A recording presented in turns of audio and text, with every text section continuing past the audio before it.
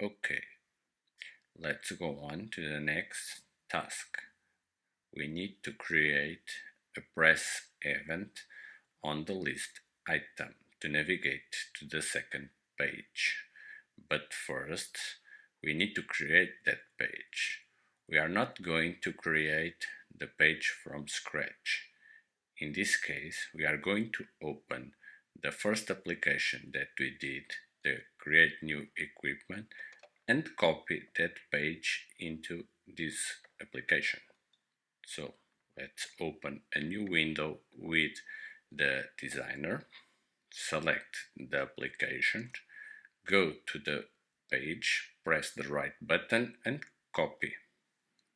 Let's go to the first designer and paste there the page. Let's rename the first page that we have on the application, O-Page, to O-Page Equipment List. And on the second one, let's put the name O-Page Equipment Detail. And also remove the binding because we don't have this work area created on ABAP yet.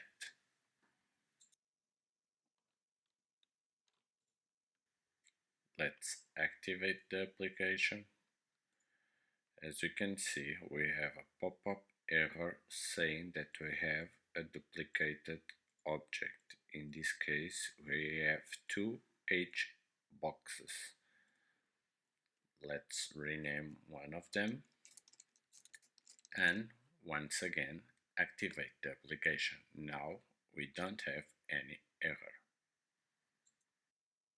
Now that we have the second page, we can start creating the press event.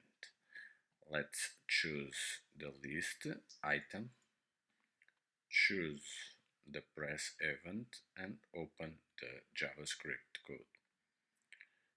The first thing that we need to do is to retrieve the line that was pressed, and for that we can use a code snippet. Let's open the code snippet, go to sap.m.list and choose the get selected row. Let's delete almost everything, just keep these two lines, and now let's add a comment, get the detail of selected equipment. Let's also add some console logs, activate the application, and now let's open the debugger tools to see what happens when we press one of the items. As we can see, nothing is happening because we didn't set the property type to active. Let's do that and see now the result. Now when we press the item, we are able to see on the console log the information for the item that was pressed. Okay, let's go back to our push event and go on with the code. Now we need to push the information to the second page. We also need to handle the PDF if they are present. To set the information to the second page, we just need to use the command model and then the name of the page, dot set data and the variable where our data is. In this case, we are not setting the information directly to the page. Instead, we are setting the information in the underlying model of the page, and then it will be displayed through the binding. Regarding the PDF, we need to check if the variable contains any PDF, and if it's the case, we will display the panel, otherwise we are going to hide the panel. We need to do one thing, we need to set the panel document visible to false.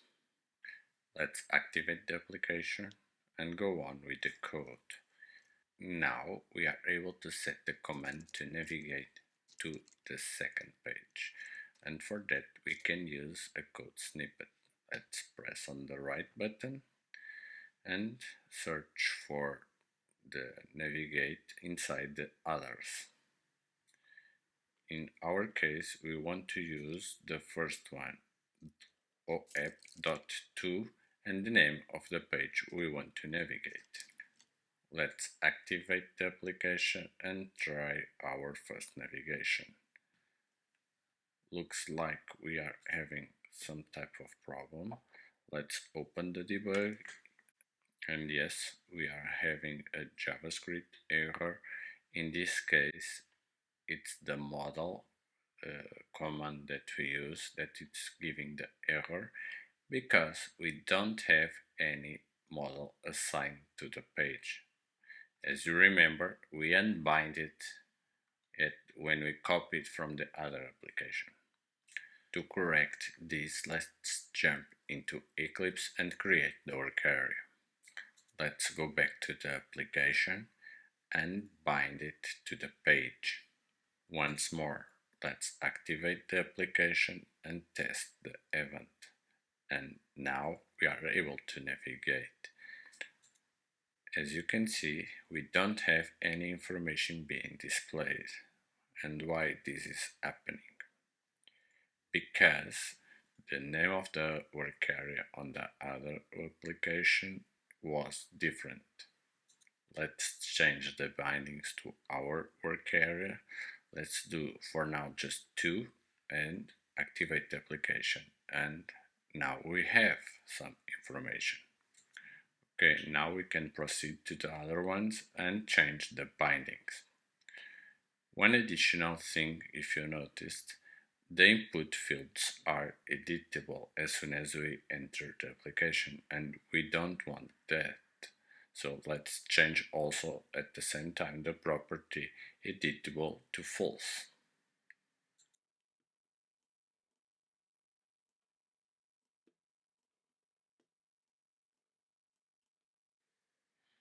Regarding the PDF, we only need the OPDF viewer.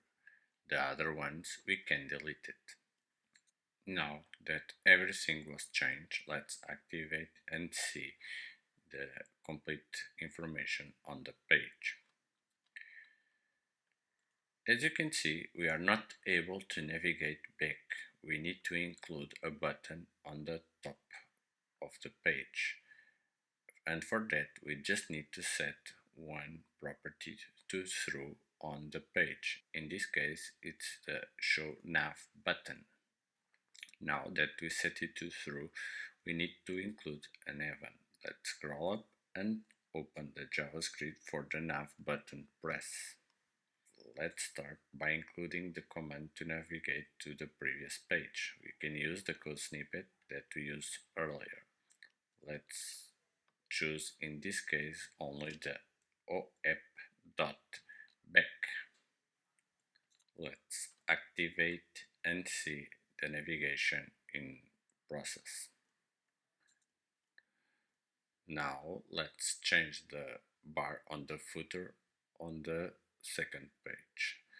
Let's delete the button and rename the bar content from middle to left, because we are going to need to include several buttons to unlock and to update the information on the database, and also to assign the field worker. Let's start by dragging 2 edge boxes inside the left content. Rename the first one to assign lock update. Give the name assign to the second one and change the visibility to false. Let's drag 3 buttons inside the first H box and the text element inside the second one. Let's change the name to text assign to and bind it the text to assign to.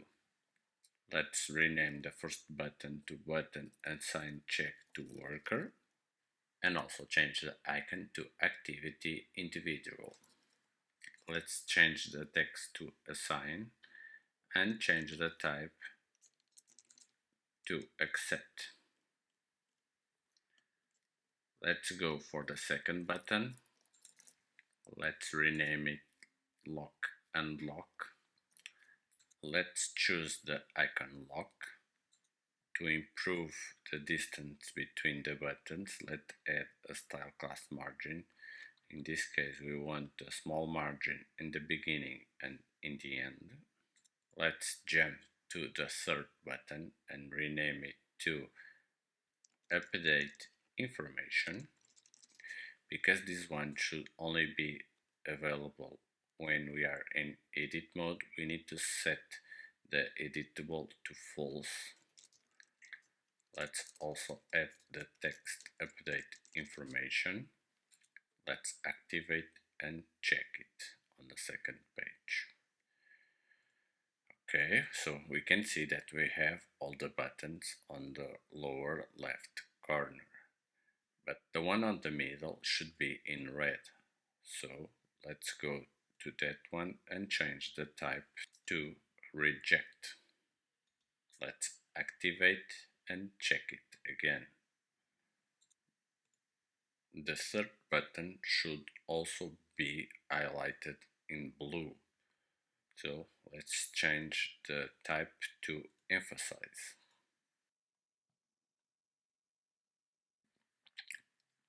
As you can see in the list, we have one line with the equipment assigned to the field worker and two without. When we choose the first one, we need to hide the buttons because this one it's already assigned.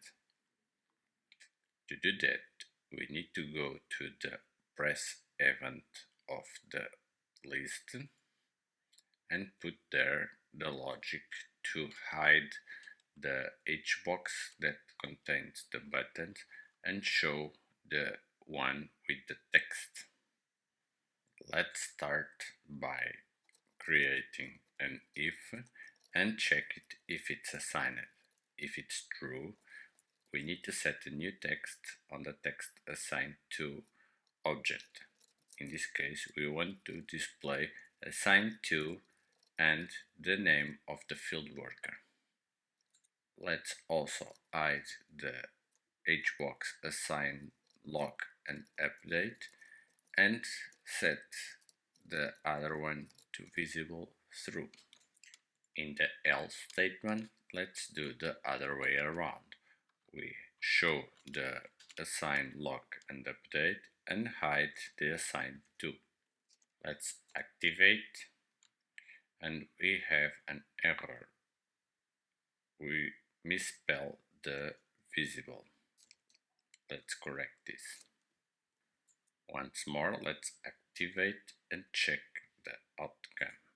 If we press on the second line, we are able to see the buttons. Let's go back and choose the first one, and now we don't have the buttons. Now we can start coding the action buttons on the second page. In this case, due to the size of the code, we are going to provide you this code. Let's start with the lock and unlock button. Let's choose the JavaScript file function and pass the code. The intention of this code is to change the fields to editable when we choose the option unlock and change it back when we choose the option lock. Let's copy the name of the function and insert it on the press event of the button. Let's test it, and as we can see, almost everything is working fine with the exception of the check date. It's not unlocked. Let's see on the function which is the property that we are changing. So in this case we are changing the set editable Okay, let's go to the objects, and what we did previously was changing the enable to false. So let's change the editable to false and the enable to true. Let's activate and test it again. And now, as we can see, all the fields are unlocked and locked when we press the button. So let's go on and start coding the update information button. Let's jump back into the function and pass the code for this button. Let's copy the name of the function and insert it on the event press of the button. Basically, in this code we are doing the same checks as we did on the first application. As we can see, we have here a get online update. So we need to create this Ajax. Let's drag the Ajax, give him the same name,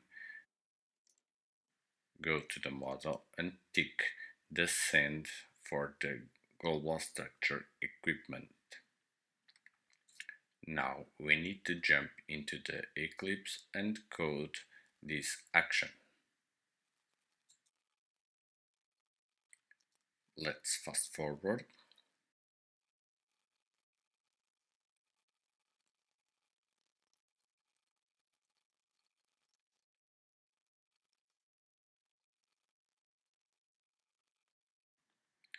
And now that all the code is ready, and go on with the application.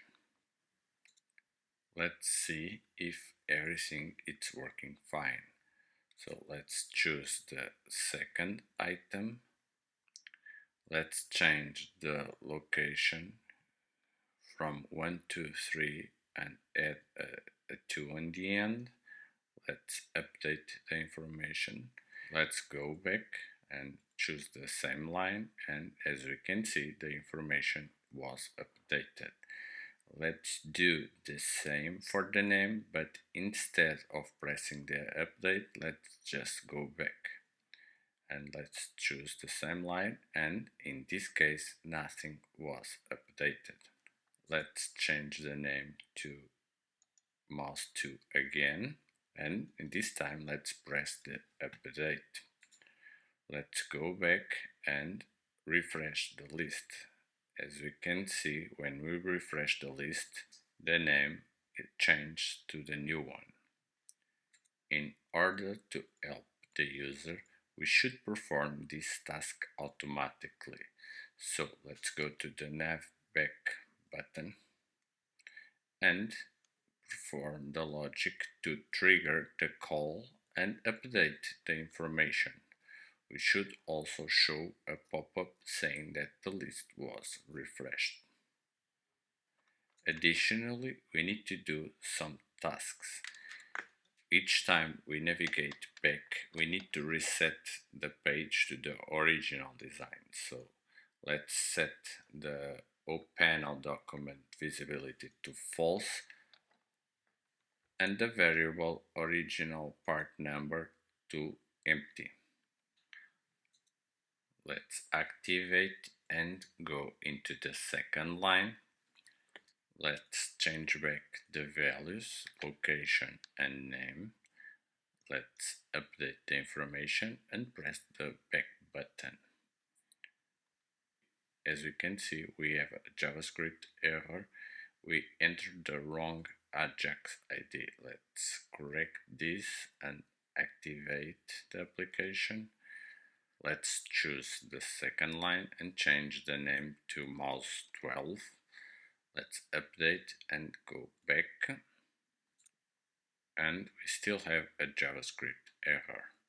Let's check it. Okay, it's a typo. It's missing one letter. Let's correct this and test it once more.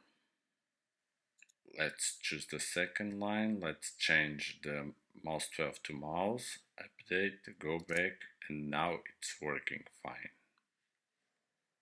So now we are just missing one button, the assign button.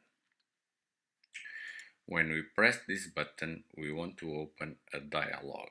So let's start by dragging a dialog into the resource folder. Let's rename it to oDialogAssign. Let's also drag a bar and set the position to custom header. Let's also drag two bar contents, one for middle and another one for the right. Let's drag into the middle a title object and change the name to title assign and set the text to select employee. Let's also drag a button into the right. Let's rename the button to O button close assign dialog and change the icon to close and the type to reject. On the press event of the button, let's close the dialog, and to do this we just need only to put oDialogAssign dot close. Let's go on building the dialog. In this case we need to drag a horizontal box. Let's rename it to OHBox select employee. Let's put a select object inside the H box and also a button. Let's change the style class visibility of the button and choose small margin at the beginning. Let's also add the text confirm and change the type to accept. Let's open the press event and pass the code for the press event. As we can see, we have here a get online. This means that we need to create a new Ajax. So let's drag the Ajax and give him the name inspection. Now let's jump into the Eclipse and create the logic.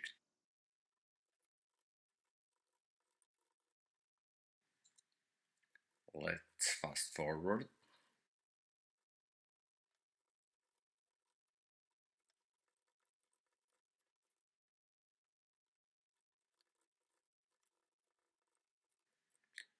Now that all the logic was created, let's jump back into the app designer in order to create the Ajax call. Let's choose the select and assign an Ajax there.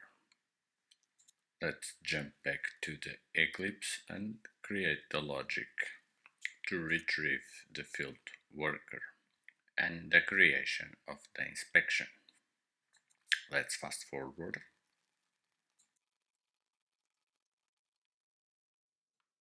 Now that the logic was created, let's jump back into the application. Let's start by opening the Ajax success of the inspection and add a message saying assigned. Also close the dialog, navigating back and triggering the fire press event of the refresh button on the first page. Now let's choose the select and assign a model source. In this case, we want to assign the global table workers. Then let's choose for the value field workers, and for the label the name. Now, regarding the inspection, we don't have any object that was binded to the structure.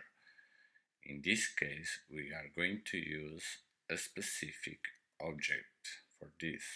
In this case, we are going to use the model object. So let's drag the model object and rename it to inspection. And on the model source, let's assign the global structure inspection. Let's go to the Ajax inspection and tick the sandbox for the inspection. Now let's activate, and as you can see we have a JavaScript error for the duplicated objects because the model source and the Ajax have the same name.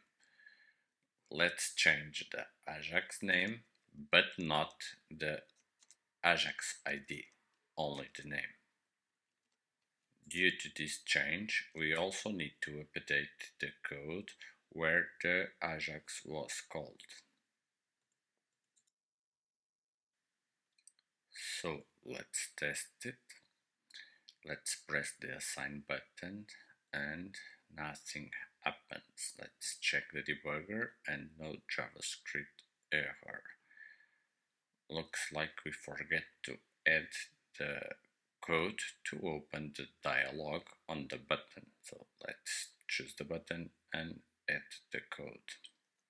Also, we are going to trigger the Ajax to retrieve the field workers. Let's test the logic. Let's open the dialog and open the selection. And as we can see, we have two empty lines.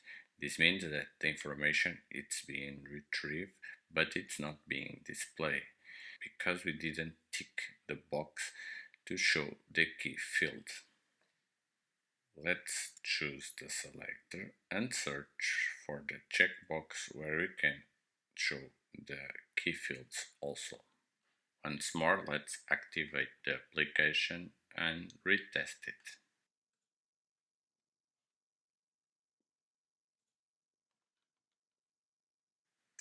Now it's working correctly.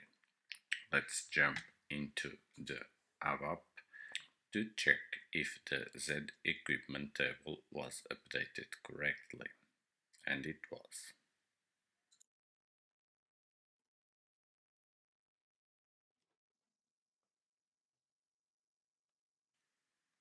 To finalize the application, let's enhance the first page of the application. Right now we only have 3 lines, but if we have several lines, we need to have a way to filter the list in order to show the lines assigned and the lines not assigned, and also a way to search on the entire list. So let's start by dragging a bar content to the footer. Let's choose the middle.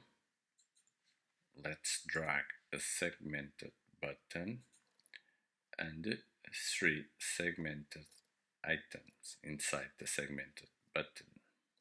Let's rename the last one to O segmented item and assign it.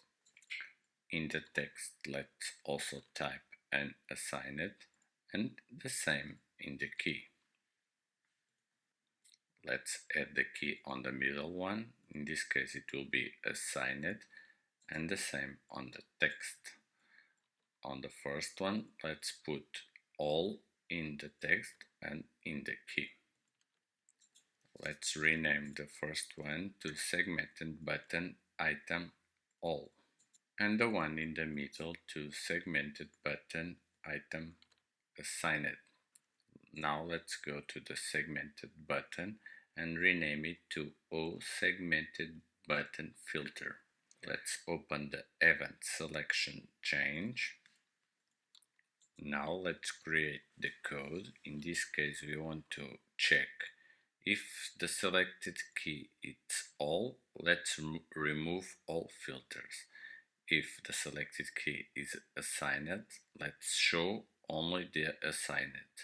And if the selected key is unassigned, let's only show the ones that are not unassigned. Let's also change the width of the segmented button to 400 pixels. Let's activate the application and see how it's rendering. And as you can see, we have the 3 buttons on the bottom bar.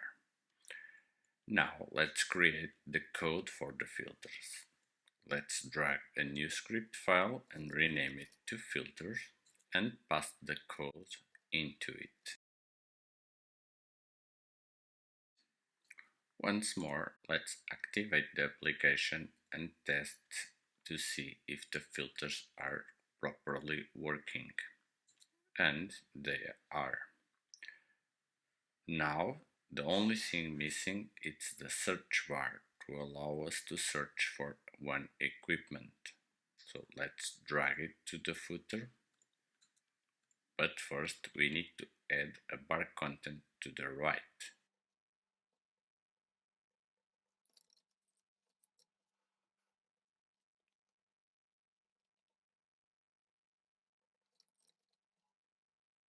And then we are able to drag it inside it. Now let's choose the live search event and pass the codes into it.